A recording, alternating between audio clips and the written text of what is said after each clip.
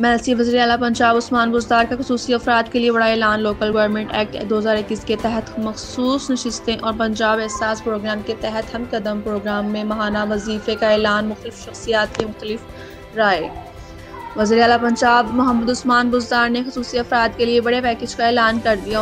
उन्होंने कहा कि लोकल गवर्नमेंट एक्ट 2021 के तहत मखसूस नशिस्तें मुख्तस होंगी जिनसे फ़ैसला साजी का हिस्सा बन सकेंगी और 3.5 अरब रुपये 350 अरब ख़ुसूसी अफराद के लिए माहाना वजीफ़ा मखसूस किया गया। अगर ज़िला वहाड़ी की बात करें तो 24,37,918 पर मुश्तमिल आबादी और 105 यूनियन कौंसल में मौजूद मखसूस अफराद तक सहूलत पहुँच पाएगी।